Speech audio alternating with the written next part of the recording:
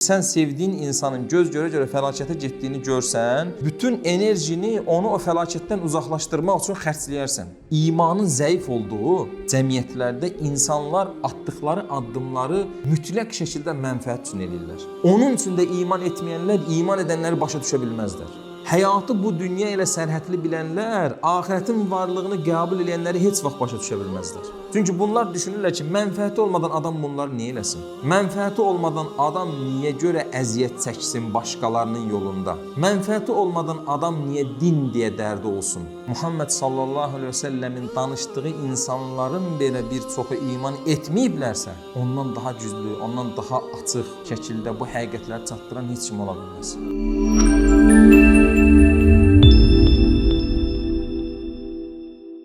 Euzubillahimineşşeytanirracim. Bismillahirrahmanirrahim. Elhamdülillah ve salatu ve selamu ala Resulillah. Değerli Müslümanlar, Allah'a hamd olsun. Allah Azze ve Celle bir daha zikr etrafında bizi bir araya getirdi. Allah'ın izniyle Yusuf suresinin 102. ayəsindən sona doğru bir neçə ayəni oxuyacağıq. Yusuf suresinin 102. ayəsində Uca Rabbimiz buyurur ki: "Zalika min anba'il gaybi nuhihi ileyk ve ma kunte ledeyhim iz ecma'u emrahum ve hum yemkurun." Allah-u Teala Rasuluna xitaben buyurur ki, ey Rasulum, bu yəni Yusufun qissəsi sənə vəhy etdiyimiz qeyb xəbərlərindəndir. Onlar hilə qurub işlərinə qərar verdikləri zaman sən onların yanında deyildin.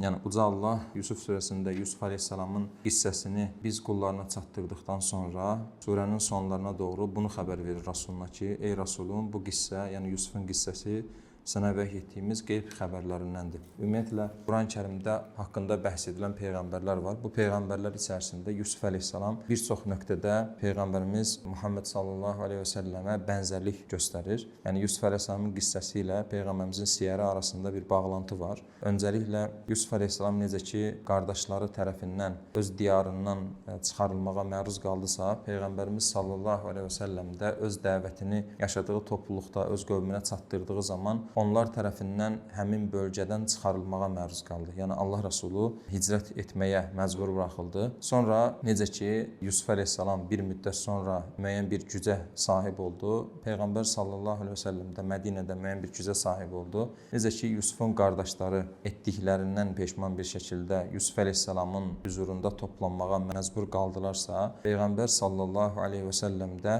Mədinədə güc topladıqdan sonra Məkkəyə yenidən qayıtdı, Məkkəni fəth etdi və onu öz diyarından çıxaran həmin o insanlar Peyğəmbərimizin huzurunda zəlil bir şəkildə toplanmağa məcbur qaldılar. Hətta Məkkənin fəthini siyar kitablarından xatırlayırsınızsa, Məkkə fəthi əsnasında da Məkkə xalqının, yəni o bölgədə o peyğəmbərlərin xəbərləri müəyyən şəkildə insanlar tərəfindən təfsilatlı olmasa belə müəyyən şəkildə eşidilmişdi. Onlar Peyğəmbərimizə nə dedilər? Yusufun qardaşlarının Yusufa davrandığı kimi bizə davranacağını umuruq dedilər, ümid edirik dedilər. Yəni Yusuf əleyhissalam qardaşlarını bağışladığı kimi Peyğəmbər sallallahu əleyhi və səlləm də o insanları bağışladı və onlardan intiqam almadı. Etdikləri bütün işgəncələrə, zülmlərə, yurdundan çıxarılmalara baxmayaraq. Uca Allah Peyğəmbərinə burada xəbər verir. Bilirsiniz ki, ümumiyyətlə Quran-Kərimdə keçən Peyğəmbər qissələri, ümumiyyətlə keçmiş ümmətlərin başından keçən qissələr Məkki surələrdə yer alır. Çünki Məkkə dönəmi həm əqidənin inşa edildiyi dövrdür,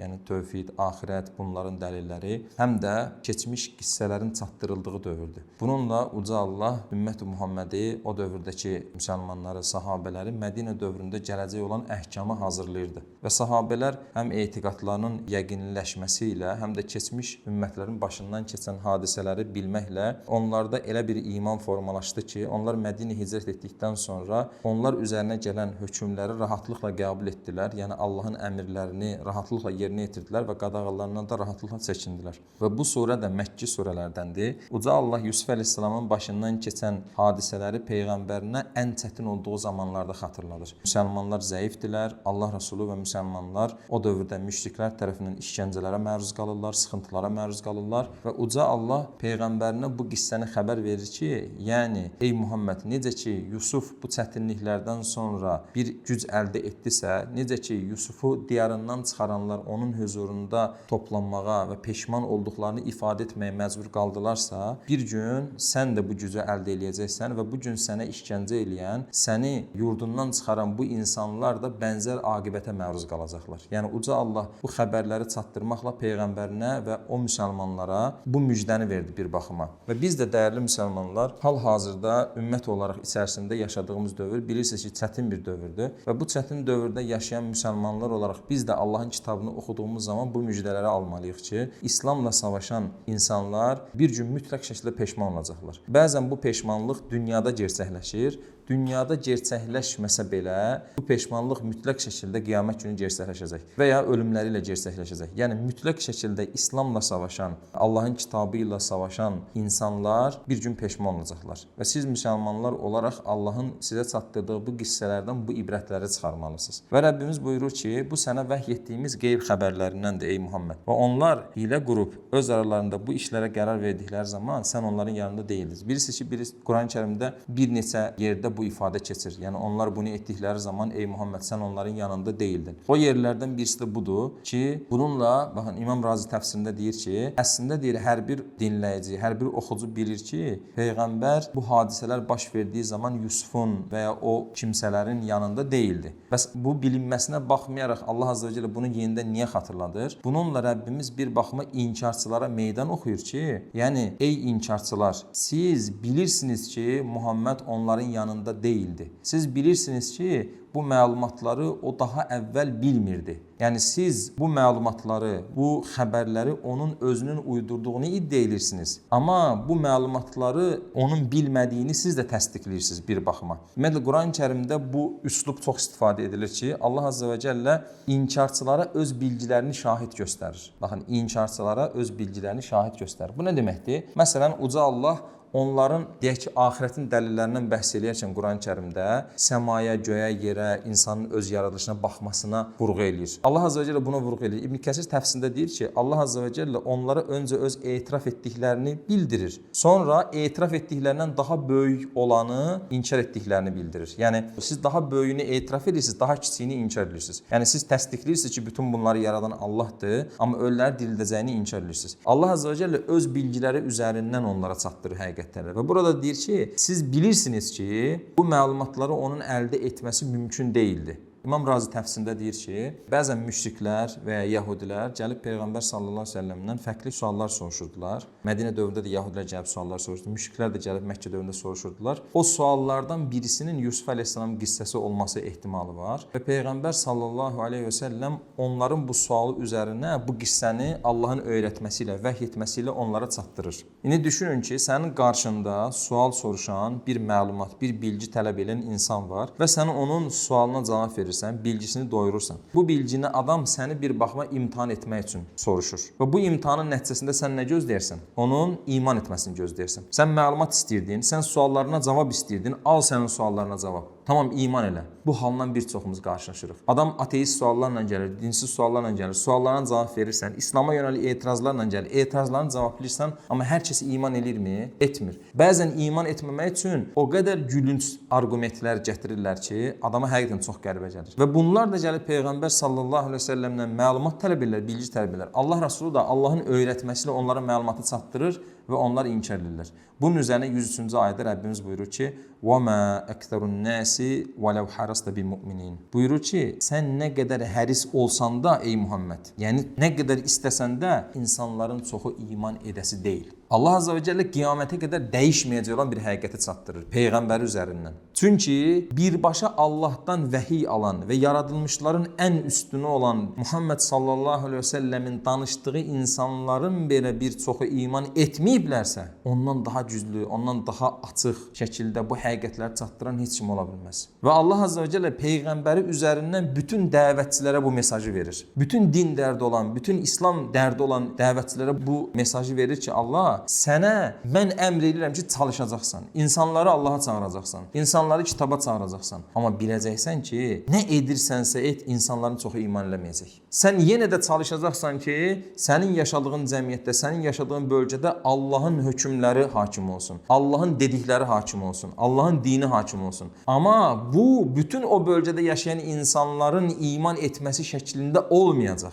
müəyyən bir topluluq iman eləyəcək. İxlasla Allahın dini üçün çalışacaqsınız. Allah dilərsə sizə o gücü nəsib eləyəcək və digərləri Yusuf əleyhissalama, Muhammed əleyhissalama zəlil bir şəkildə tabe olduqları kimi sizə tabe olacaqlar. Amma hamısı iman edəcək deyə bir şey yoxdur. Çünki peyğəmbərlərə iman etmədilər hamısı. Nə görsələr də iman etmədilər. Və Rəbbimiz peyğəmbərini burada necə vəsf edir? Sən nə qədər həris olsan da, çünki peyğəmbər sallallahu əleyhi və səlləm insanların iman etməsi üçün çox həris idi. Yəni çox istəkli idi. Niyə görə? Çünki insan fərqində olduğu qədər əziyyət çəkən varlıqdır. Sən nə qədər çox fərqindəsənsə, o qədər əziyyət çəkərsən. Məsələn, sən deyək ki, ailə üzvlərin iman etməyib. Övladın, valideynlərin, sevdiyin insanlar iman etməyib. Allah yoxmuş kimi, hesab yoxmuş kimi, heç hesab soruşulmayacaqmış kimi həyat yaşayırlar. Namaz qılmırlar, oruç tutmurlar. Sənin onlara qarşı bir sevgin var. Bu sevgi normalda nəyi gərəşdirir? Sənin onları qorumağı gərəşdirir. Çünki sən sevdiyin insanın göz görə-görə fəlakətə getdiyini görsən, bütün enerjini onu o fəlakətdən uzaqlaşdırmaq üçün xərcləyərsən. Tamam, sənin axirətə yəqinin nə qədər çox olacaqsa, o qədər sən onların iman etməsi üçün həris olacaqsan. Sən nə qədər cənnətin, cəhənnəmin varlığına iman edəcəksənsə, o qədər sevdiyin insanların cəhənnəmə getməməsi üçün çalışacaqsan. Sevdiyin insanların cənnətə getməsi üçün çalışacaqsan. Demək ki,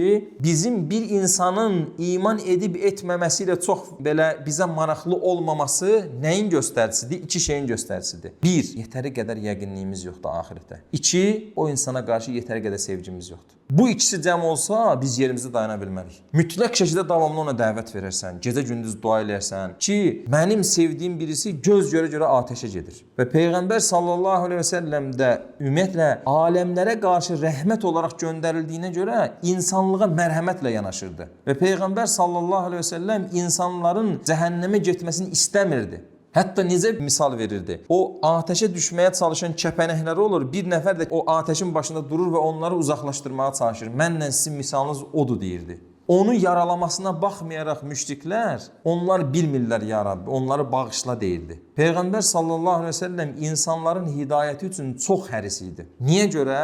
Çünki aləmlərə rəhmət olaraq göndərilmişdi. Niyə görə Peyğəmbərimiz həris idi insanların hidayəti üçün? Çünki axirətin varlığını ondan daha yaxşı bilən yoxdur içimizdə. Allahı ən yaxşı bilən mənəm içinizdə, ən çox qorxan da mənəm deyirdi. Çünki cəhənnəmin varlığını, cəhənnəmin nə demək olduğunu, əbədi cəhənnəm atəşinin nə demək olduğunu Allah Rəsulü kimi dərk edən heç kəs ola bilməz. Cənnətin nə demək olduğunu onun kimi başa düşən heç kim ola bilməz. Allah Rəsulü sallallahu əleyhi və səlləm yəqini bu şəkildə olduğuna görə və rəhmətən lil aləmin olduğuna görə Rəbbimiz buyurur ki, sən bax insanların hidayəti üçün hərissən. Amma nə olacaq ey Muhammed? Sən nə qədər istəkli olursansa ol, onların çoxu iman eləməyəcəklər. Bu Allahın qoyduğu, yəni bu dünyada reallıqdır. Çünki insanlar nəfis daşıyırlar və əksəriyyət nəfsinə tabe olur. وَمَا تَسْأَلُهُمْ عَلَيْهِ مِنْ أَجْرٍ إِنْ هُوَ إِلَّا ذِكْرٌ لِلْعَالَمِينَ. Halbuki bunun qarşılığında, yəni onları hidayətə çağırmağının qarşılığında ey Muhammed, sən onlardan heç bir şey istəmirsən. Heç bir qarşılıq, heç bir ücret istəmirsən. Allah Azze ve Celle bunu ona görə çatdırır ki, imanın zəif olduğu cəmiyyətlərdə insanlar atdıqları addımları mütləq şəkildə mənfəət üçün eləyirlər. Hətta yaxşılıqlarını belə böyük ölçüdə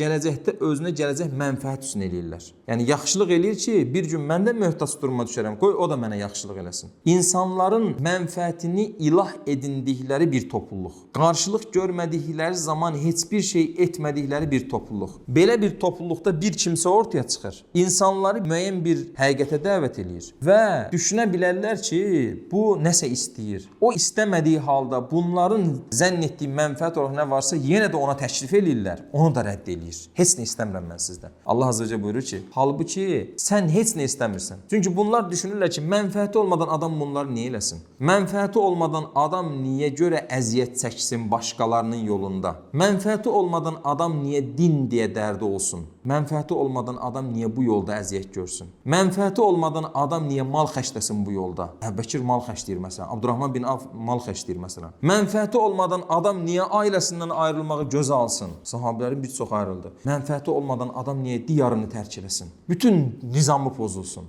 Niyə eləyir bunları? Onun üçün də iman etməyənlər iman edənləri başa düşə bilməzlər. Həyatı bu dünya ilə sərhədli bilənlər, axirətin varlığını qəbul edənləri heç vaxt başa düşə bilməzlər. Tək dünyaya inananlar, iki dünyaya inananları heç vaxt başa düşə bilməzlər. Onun üçün də möminlərin atdığı addımların arxasında bir mənfəət axtarırlar. Bunun üçün eləyir, bunun üçün eləyir. Çünki özləri mənfəətsiz addım atmırlar. Qarşılıqları olmayan şeyi eləmirlər. Və Rəbbimiz buyurur ki, sən bunun əvəzində onlardan heç bir şey istəmirsən. İn huve illə zikrul lil alamin. Bu Quran yalnız aləmlər üçün, insanlar üçün bir öyüddür, bir xatırlatmadır, bir nəsihətdir. وَكَأَيٍّ مِّنْ آيَةٍ فِي السَّمَاوَاتِ وَالْأَرْضِ يَمُرُّونَ عَلَيْهَا وَهُمْ عَنْهَا مُعْرِضُونَ. Rəbbimiz buyurur ki, göylərdə və yerdə neçə dəlillər var ki, insanlar onların yanından üz çevirib gedirlər. İmam Razi təfsirində deyir ki, Peyğəmbər sallallahu əleyhi və səlləm, baxın, Razinin dediyini biraz açıram. Deyir ki, Peyğəmbər sallallahu əleyhi və səlləm doğru sözlüdür. Bunu düşmənlər də təsdiqləyir. Bu məlumatları hardansa əldə eləyə bilməyəcəyini onlar da təsdiqləyir. Peyğəmbər sallallahu əleyhi və səlləmin əmin kimsə olduğunu onlar da təsdiqləyir. Allah Rəsuluna bu cür bir həqiqət gəlir və bunu insanlara çatdırır. Heç bir mənfəəti də yoxdur bu mövzuda. Bu mövzuda əziyyətlər də çəkir. Yenə də inkar edirlər. Peyğəmbər sallallahu əleyhi və səlləmə bu qəribə gəlir. Baxın, nübüvvətin inkarı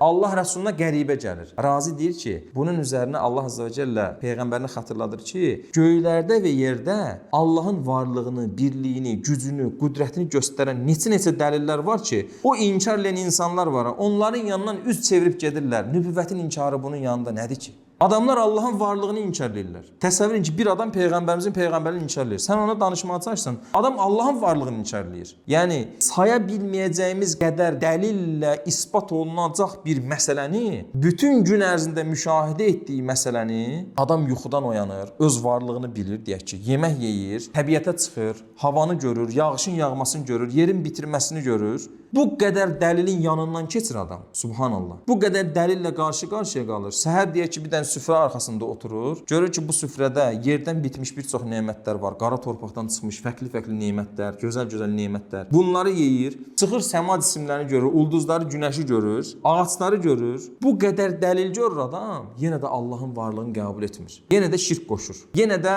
axirətin varlığını qəbul etmir. Görür ki, təbiət ölür, dirilir, yenə də qəbul etmir. Bunun yanında nübüvvətin inkarı nədir ki? Və Rəbbimiz buyurur ki, Peyğəmbərini bir baxıma təsəlli mahiyyətində, göylərdə və yerdə Allahın varlığını, birliyini, qüdrətini göstərən neçə dəlillər var ki, o insanlar, o inanmayanlar, onların yanından üz çevirib gedirlər. وَمَا يُؤْمِنُ أَكْثَرُهُمْ بِاللّٰهِ إِلَّا وَهُمْ مُشْرِكُونَ. Demək, adamların bir çoxu inkar elədi. İman edənlər də var. Məsələn, necə iman edənlər? Dəlilləri görürlər. Deyir ki, tamam, yağışı Allah yağdırır, yerdən Allah bitirir, bizi Allah yaradıb. Bunları da qəbul edir. Rəbbimiz buyurur ki, onların çoxu iman edir. Amma necə iman edir? Müşrik olaraq iman edir. Yəni, onların çoxu ancaq şərik qoşaraq Allaha iman gətirərlər. Çünki Allahın varlığı o qədər açıqdır ki, bir nöqtədən sonra dəlilləri önünə sərdiyin zaman, əslində Allah Azza və Cəllə dəlilləri önlərinə sərib, bir də sən izah elədiyin zaman adam inkar eləyə bilmir. Amma nə edir? Şərik qoşur. Tamam, Allah yaradıb, düzdür, amma şərik qoşur. Şərik qoşmaq da daha əvvəl dərslərdə bəhs etmişik. Fərqli şəkillərdə olur. Peyğəmbər sallallahu əleyhi və səlləm xitab elədiyi toplumun da çoxu müşrik idi deyə, bütpərəst idi deyə Allah Azza və Cəllə bu həqiqəti çatdırır ki, qiyamətə qədər belə olacaq. İnsanların çoxu Allaha şirk qoşmadan inanmazlar. İnananların da çoxu şirk qoşarlar. Bunun Razi təfsirində gətirir ki, İbn Abbasdan rivayət edir ki, ərəb müşrikləri bilirsiniz ki, həcc edirdilər. Həcc təlbiyələrində, təlbiyə Ləbbeyk, Allahümə ləbbeyk şəklində zikirdir. Həcc tərbiyələrində belə deyirdilər. Çünki həcc mənasiki, həcc zikirləri bunlar İbrahim əleyhissalamın öyrətməsi ilədir. Bunlar da bunu bilirlər, bir müddət sonra təhrif olunub. Və bunlar da həcc edirlər və təlbiyə gətirirlər. Yəni Ləbbeyk, Allahümə ləbbeyk təlbiyə edəcəklər. Deyir ki, ərəb müşrikləri həcc tərbiyələrində belə deyirlər. Allahım, sənin heç bir şərikin yoxdur. Yalnız sənin özünə sahib olduğun, amma özünün isə sənə sahib ola bilmədiyi bir ortağın var. Normalda müsəlmanlar təlbiyə gətirən deyirlər ki, ey Rəbbim, sənin heç bir şərikin yoxdur, mülk sənindir. Həmd sənədir. Bunlar nə deyir? Yalnız ortağın var, amma göyə orada da bir dənə izah gətirir. Necə izah gətirir? Tam sənin gücündə deyil ya Rabbi. Baxın, sənin özünə sahib olduğun bir şərikdir. Yəni sən güc vermisən ona, sənin özünə sahib olduğun bir şərikdir. Onun isə sənə sahib olmadığı bir ortağın var. Bu da ki, qəbilələrin bütləri fərqlidir. Lat, Mənat, Uzza. Hərəsi öz bütünün Allahın şəriki olduğunu iddia edirdi. Sonra Razi təfsirində deyir ki, müşriklər deyirdilər ki, mələklər Allahın qızlarıdır. Bu Allaha şirk qoşmaları idi. Və ya Razi təfsirində deyir ki, onlar deyirlər ki, bütlər Allah qatında bizim şəfaətçilərimizdir. Bu qəsd edilir. Yahudilər deyirlər ki, Rəbbimiz birdir, amma Üzeyr Allahın oğludur. Xristianlar deyirlər ki, Rəbbimiz birdir, amma amma Məsih Allahın oğludur və bunlar hamısı şirk örnəklərdir. Və dəyərli qardaşlar, Allaha həmd olsun ki, biz Allahın kitabına iman edən müsəlmanlarıq, amma bu böyük bir təhdid olaraq önümüzdədir. Yəni insanların çoxu Allaha şirk qoşaraq iman edirlər. Onun üçün də iman nədir, küfür nədir, tövhid nədir, şirk nədir, bunu gözəl bir şəkildə öyrənməliyik ki, müsəlman olaraq, tövhid əhli olaraq bu dünyadan ayrılaq. Aylar davam edir. Allah nəsib etsə başqa zaman bunun üzərinə davam edərik. Allah Azza və Cəllə bizi eşidib faydalanan qullarını etsin və tövhid əhli olaraq canımızı alsın. Elhamdülillahi Rabbil alemin.